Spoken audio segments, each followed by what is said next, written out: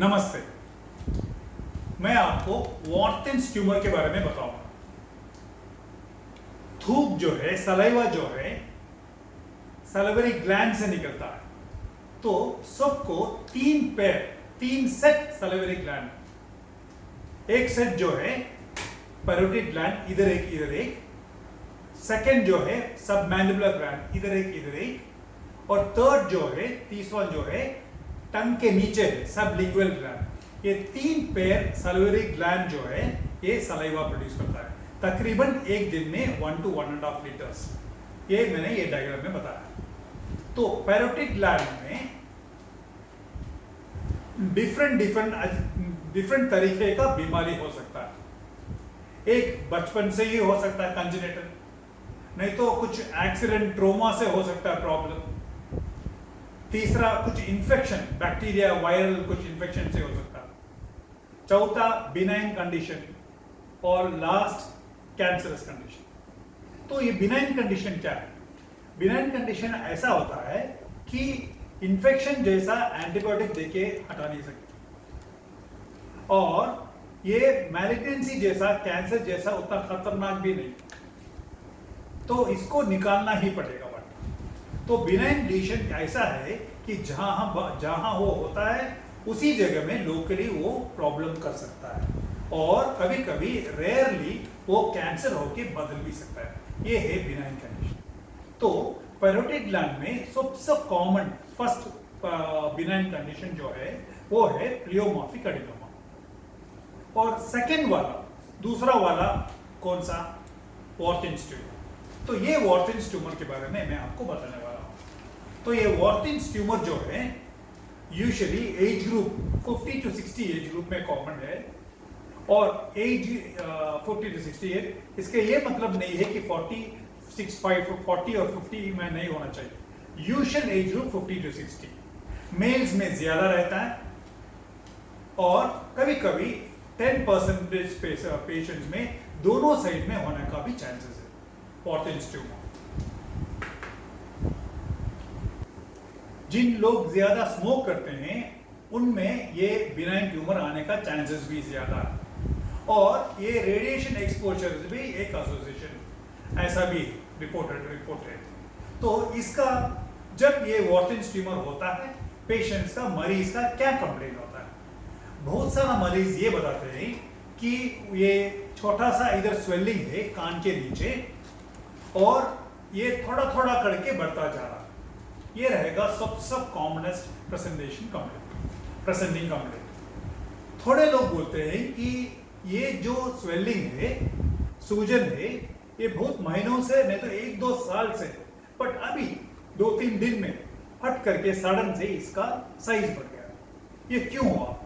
क्योंकि अंदर में एक पानी जैसा जम गया, सिस्ट फॉर्मेशन, और कभी कभी हेमरेजिक ब्लड फॉर्मेशन होता है, और उसी टाइम में कान की तरफ दर्द भी होता है। ऐसा भी प्रेजेंटेशन हो सकता है। तो जब एग्जामिन करेंगे तो उसके ऊपर का स्किन जो है उसमें कलर चेंज कुछ नहीं रहेगा, नॉर्मल सा रहेगा, और छू के देखेंगे तो एक स्वेलिंग रहेगा। उसका मेजरमेंट देख सकते हैं, मेजर कर सकते हैं, और उसका मार्जिन क्लियरली हमें पता चलेगा, और वो साइड का फेशियल नर्व नॉर्मल रहेगा, और छूने में दर्द भी नहीं रहेगा। तो ये स्किन नॉर्मल रहेगा, छूने में दर्द नहीं रहेगा, इसका मतलब इंफेक्शन नहीं है, तो मतलब बिनाइन कंडीशन होने का चांसेस है। तो ये रहेगा एग्जामिनेशन फाइंड। अभी क्या क्या टेस्ट चले? सबसे इंपॉर्टेंट पहले वाला टेस्ट है अल्ट्रासोनोग्राफी। उसका साथ में एक नीडल डाल के ये स्वेलिंग के अंदर से सेल निकाल के टेस्ट को भेजना, वो हुआ फाइन नीडल एस्पिरेशन साइटोलॉजी। इससे उस पर आपको डायग्नोसिस, प्रिलिमिनरी डायग्नोसिस मिल जाएगा। ये काफी। कभी कभी एमआरआई उठाना पड़ता है, उसमें गलती नहीं, क्योंकि ये इसका ट्रीटमेंट जो है वो कंप्लीट निकालना है ऑपरेशन करके।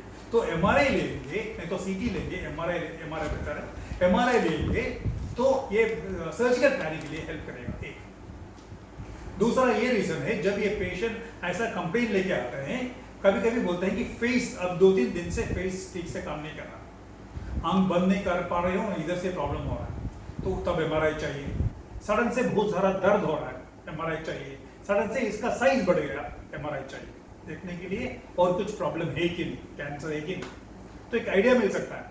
डायग्नोसिस नहीं मिल सकता, आइडिया मिल सकता है। तो ये एमआरआई कॉस्टली है, अगर जो अफोर्ड नहीं कर सकते हैं तो सीटी भी चलेगा, बट एमआरआई इज बेटर। अगर जो एक एक्स्ट्रा इन्वेस्टिगेशन चाहिए तो न्यूक्लियर मेडिसिन में भेज के एक स्पेशल टेक्नीशियन पर टेक्निक स्कैन करते हैं। मस्त नहीं है, करेंगे तो उसमें हॉटस्पॉट बताएगा, तो मतलब ये वॉर्थिंस ट्यूमर ही है।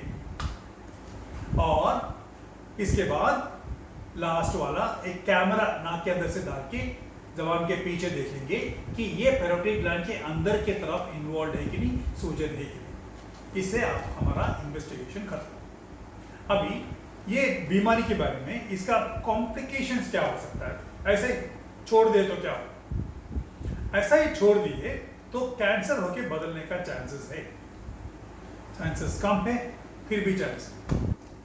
किन किन पेशेंट में चांस है, जो पेशेंट जिसमें ये वॉर्थिंस ट्यूमर है और किसी कारण से वो रेडिएशन थेरेपी ले रहे हैं, तो ये कैंसर बनने का चांसेस है। तो डॉक्टर ये निकाल दिया तो वापस आने का चांस है, हाँ चांस है, उसमें भी चांसेस कम है बट चांस है। तो ये हुआ यूजुअल, इसका निकाल ऑपरेशन करना चाहिए, तो ये हुआ उसका। तो फर्स्ट पार्ट में मैंने आपको ब्रीफली ट्रीटमेंट छोड़ के बाकी सब बता दिया। आप पार्ट 2 वीडियो देखें, इसमें मैंने आपको ट्रीटमेंट डिटेल में बताऊंगा। नमस्ते।